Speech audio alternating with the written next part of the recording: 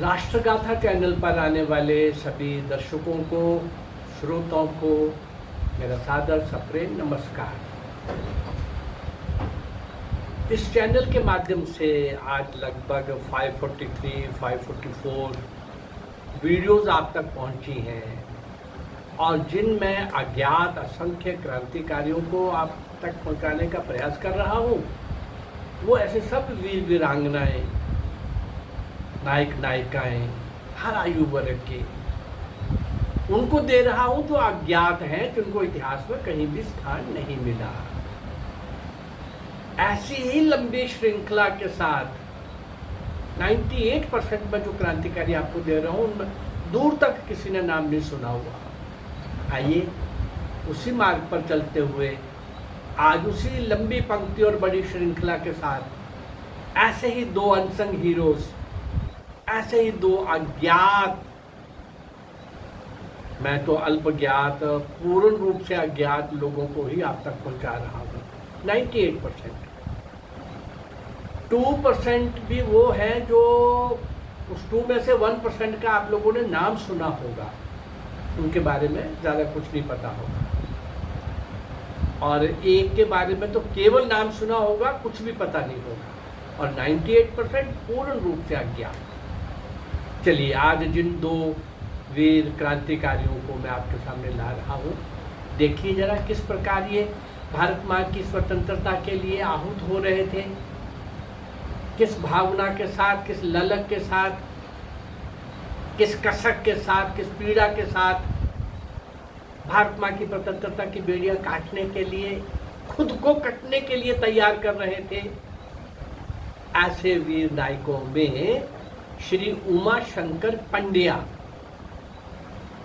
श्री उमा शंकर पंड्या और श्री ओंकार प्रसाद बुंदेला, ये दो नाम आज ऐसी बड़ी लाइन के साथ, पंक्ति के साथ आज मैं जोड़ने का प्रयास करूंगा।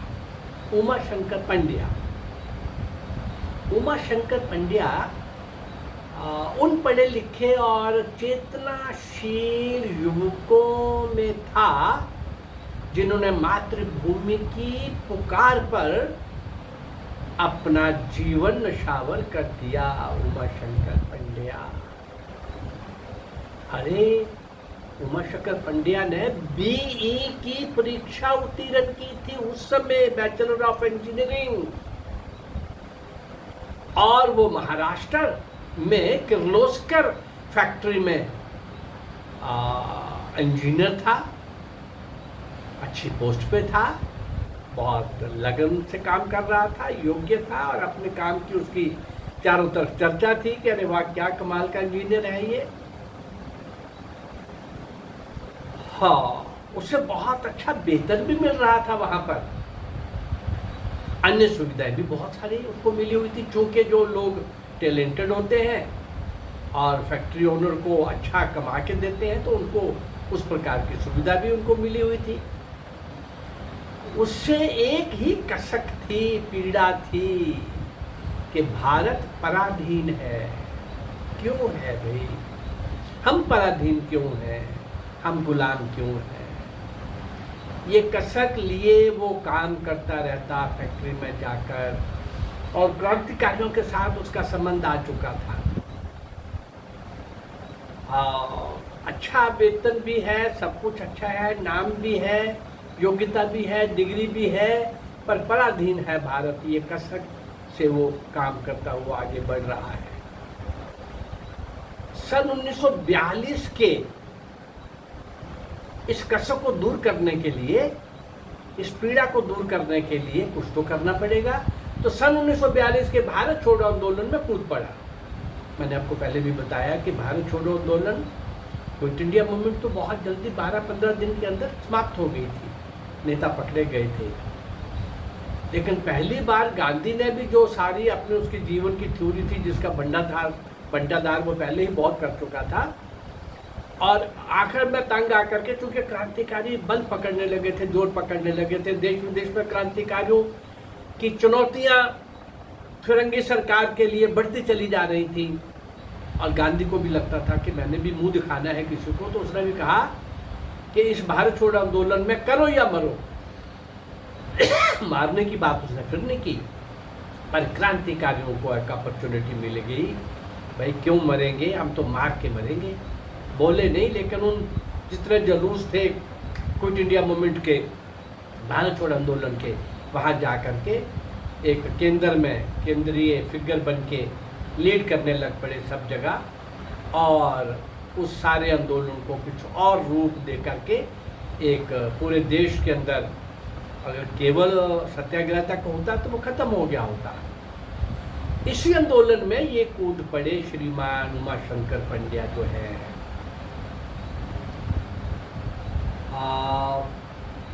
3 सितंबर 1942 को लासा गांव के आंदोलनकारियों ने गांव के मामलतदार, जो मामला इकट्ठा करने वाला एक कार्यालय वहां होता था, उसके कार्यालय पर तिरंगा झंडा फहराने का कार्यक्रम बना डाला। इस जुलूस का नेतृत्व उमाशंकर पंड्या ने ही किया। आंदोलनकारियों ने सफलतापूर्वक ये काम कर डाला। उनके हौसले बढ़ गए।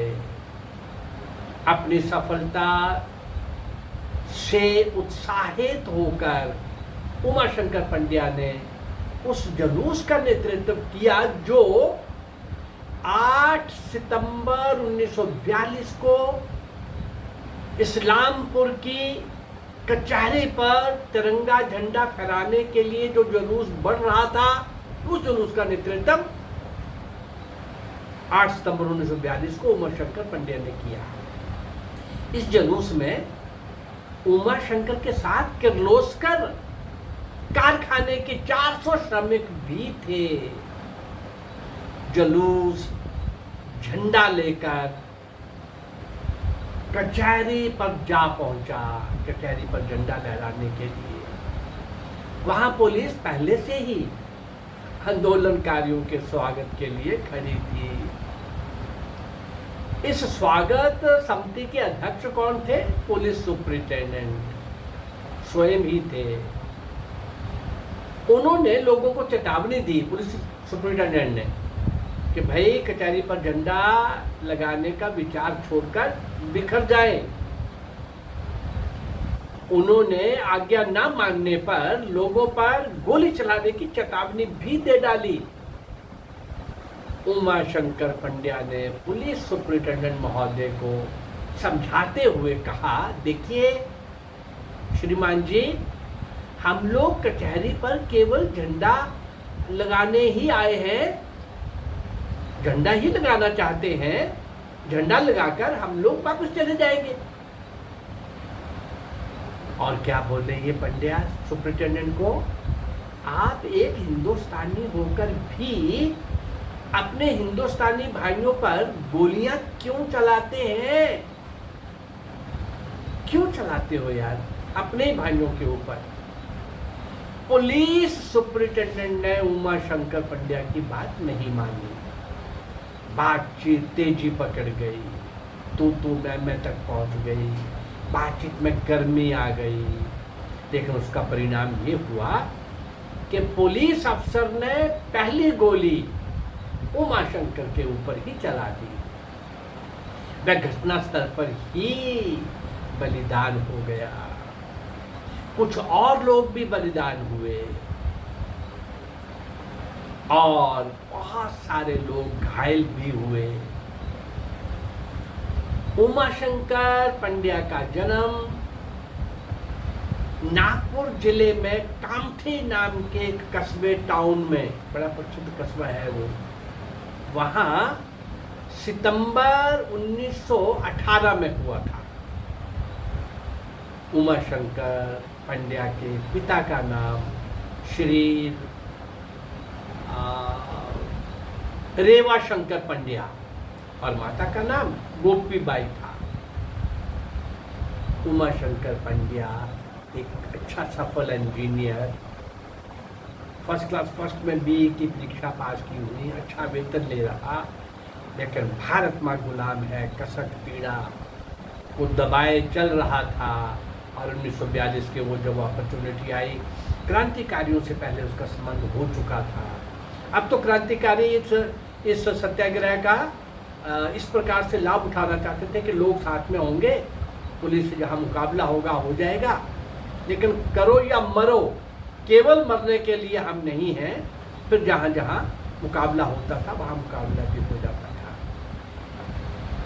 इस प्रकार का 1942 का ये सत्याग्रह, यद्यपि सत्याग्रह के नाते तो फ्लॉप था, वो वहाँ के प्रधानमंत्री इटली ने भी बोला, लेकिन इस तरीके से हम देखते हैं कि उमाशंकर पंड्या का बलिदान हुआ।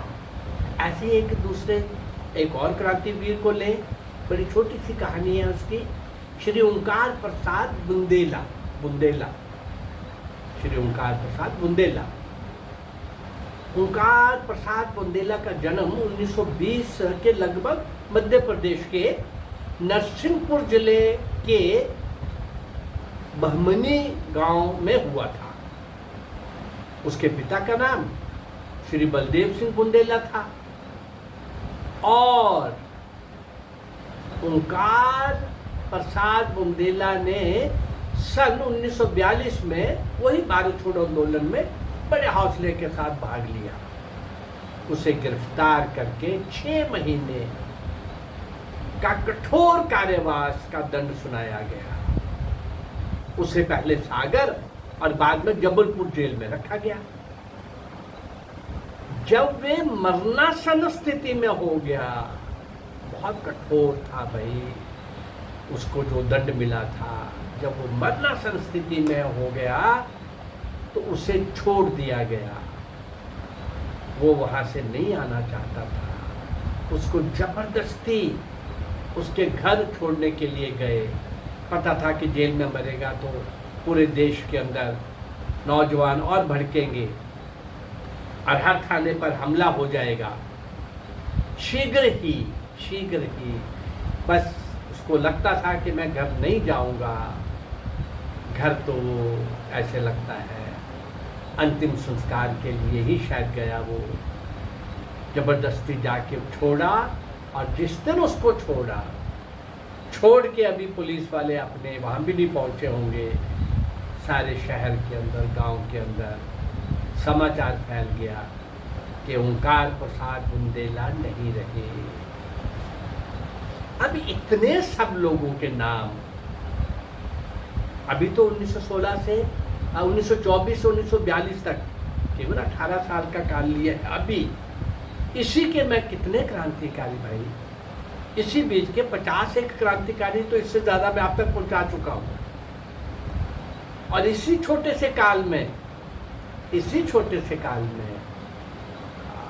मुझे लगता है कि 500 से भी ज़्यादा क्रांतिकारी मैं आपके सामने ला रहा हूँ जो अज्ञात है, पूरी तरह से अज्ञात है।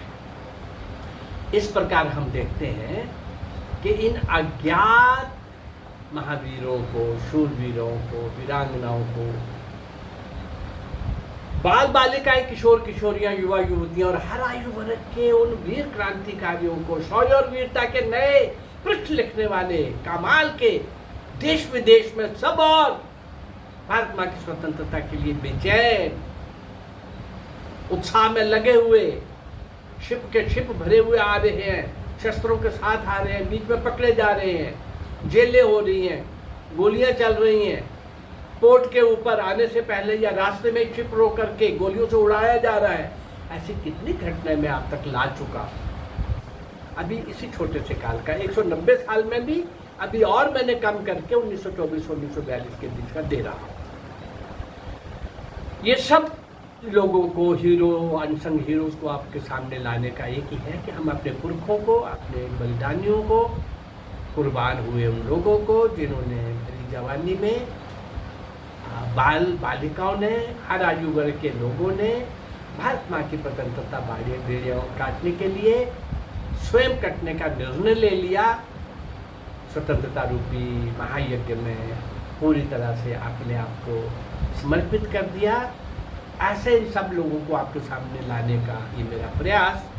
यदि आपको अच्छा लग रहा है तो मेरे इस चैनल को लाइक करिए, सब्सक्राइब करिए और शेयर करिए। नमस्कार, जय भारत, धन्यवाद।